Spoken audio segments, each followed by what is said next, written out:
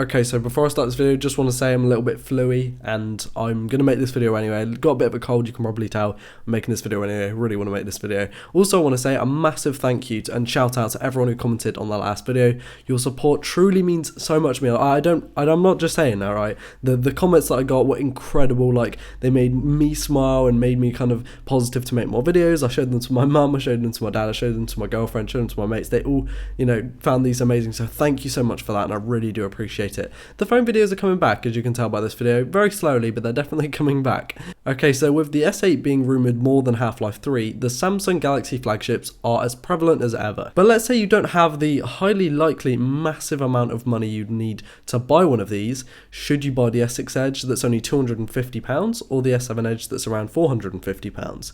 Hey guys, it's Ryan Thomas with Failtech here, and this is my comparison of two of the possibly edgiest phones on the market. Let's start off with the physical differences between these two then. For one, the S7 Edge ups the screen size from 5.1 inches to 5.5 inches, which you'd previously have to have bought the S6 Edge Plus for. Yes, I know it's a little bit confusing, but that's how tech is these days. So if you want the 5.1 inch screen size, that's a smaller screen size, then you'd either have to buy the old S6 Edge or the S7 non-Edge. Along with a bigger size comes a slightly less obtrusive camera bump and a slightly rounded back now too.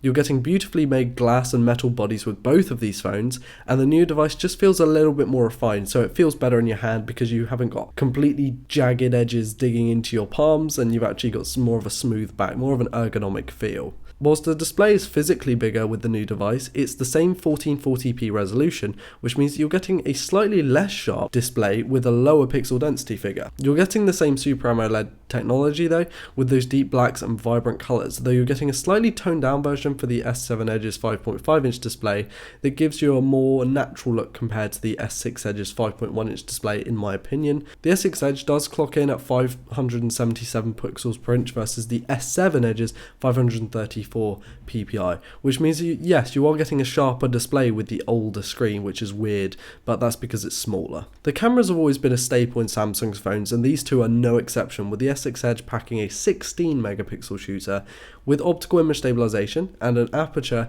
of f1.9, and the S7 Edge sporting a 12 megapixel OIS capable sensor with f1.7 glass. Those lower figures don't actually lower the quality of the shooter though, because the S7 Edge does outperform the S6 Edge in video and photo in almost all aspects, apart from obviously cropping on the photos. I'll leave links to the external sources of the S6 Edge in the video description because I only got to test it for a short period of time instead of keeping it for a long period of time like the S7 Edge. As for the S7 Edge, I have quite a few shots in both the video and photo modes over the 5 months of having this bad boy as my daily driver. Both of these phones can shoot UHD video at 30 FPS, however the S7 Edge beats out the S6 Edge in slow-mo by being able to shoot 240 FPS at 720p over the 120 FPS that the S6 Edge can do.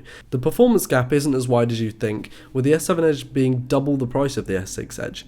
The S6 Edge rocks an 8-core Exynos 7420 CPU with 3GB of RAM, whereas the S7 Edge that I have rocks an 8-core Exynos 8890 with 4GB of RAM, although this does come in a Snapdragon 820 model, but I don't have that one.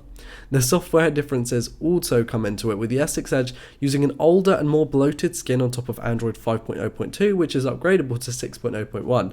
Apparently, the S7 Edge comparably is a much lighter and better version of TouchWiz IMO, which is a skin on top of 6.0.2, which is apparently upgradable to Android 7 Nougat, apparently. I say apparently a lot because I haven't got the OTA update option yet, which is a bit unfortunate. Operation is fairly smooth, and it's overall better with the S7 Edge, getting pretty much no bugs and crashes. Joe, the owner of the S6 Edge I used in this video, reports that his phone is still active and doing well, despite the fact he's got a crack in the back glass. Talking of the glass, both devices feel great in the hand and mostly glass designed with metal rails like I said before. The edged pieces of glass do make the phone feel a little bit thinner, although the S7 Edge is actually thicker than its predecessor. The battery lives of these two bad boys do change drastically, with the S6 Edge rocking a 2600 mAh battery, which wouldn't be too bad if Samsung had good optimization in their software, but they don't, unfortunately. The S7 Edge improves on this battery life with a 3600 mAh battery and better software optimization, which means that this phone lasts me a full day with moderate use. That's 9 AM to 10 PM typically, whereas the S6 Edge wouldn't have, unfortunately. The problem is both of these phones feature non-removable batteries, which means you can't change them if they start to die, which they inevitably will do if you have them and use them long enough, but you can't upgrade them either, which is a bit annoying. Both of these phones do have wireless charging out of the box, but the S7 Edge has Quick Charge 2.0 for speedier charging with the age-old micro USB connector. Fingerprint scanners are featured on both of these devices, with Samsung improving on speed and accuracy with the S7 Edge, as they should, but by no means is the S6 Edge's fingerprint scanner useless. It works really well, and both phones have these up front, just below the screen, and are flanked by off-screen navigation buttons that are capacitive. One of the main differences is the S7 Edge now includes micro SD expansion for your videos, photos, and music, which is a huge deal for some Android users. I personally use the cloud as I like to have access to media across all the phones that I use and test, and also this isn't a huge deal for me, but it's nice to have that option. Just to break these things down into bullet points then, just to recap I suppose, the S7 Edge is bigger with a bigger screen despite the same resolution. The S7 Edge has a much bigger battery. The S7 Edge can be found at double the price of its predecessor. The S7 Edge is faster. The S7 Edge has card expansion. The S7 Edge has a more edgy and curvy back now, and the S7 Edge has lower numbers in terms of its camera, but the quality is better. Trust me, that last one is hard to believe, but it's true. So in conclusion, do I think you should buy either of these phones? Well, if you were debating picking up a cheaper and slightly older option instead of buying the latest flagship, then yes. But which one? If you want a great phone with a great camera and even better screen, then I would go with the S7 Edge because it's just great. And yeah, it's great. I said great too many times there. If you don't want to spend more than £300, then go with something like a Nexus, or at least a phone that doesn't proverbially shit itself when you try to root and install custom ROM on it.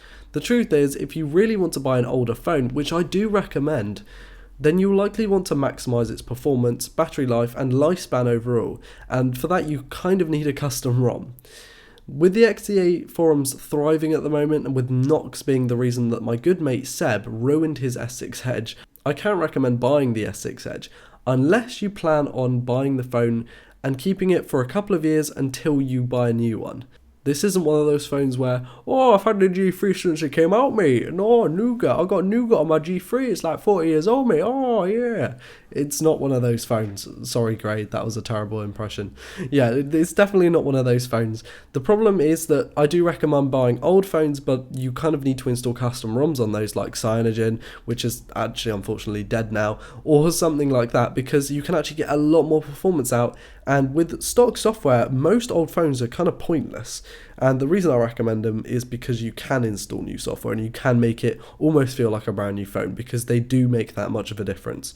Anyway, I'm so glad I'm making videos again. I am so thankful that you guys left all those amazing comments on the last video. Since then, I've had a long time to kind of relax and kind of be myself for a little bit. And then I had a cold when I really, I've had this for about a week now, this flu-y kind of thing. And I thought maybe I'd be able to be more creative again, but I wasn't. I got really ill. So yeah, sorry for that. Anyway, thanks for watching, guys. And I will see you in the next video, which shouldn't be too long. I'm sorry again that this one took a while, but yeah. Anyway, thanks for watching, guys. Love your support.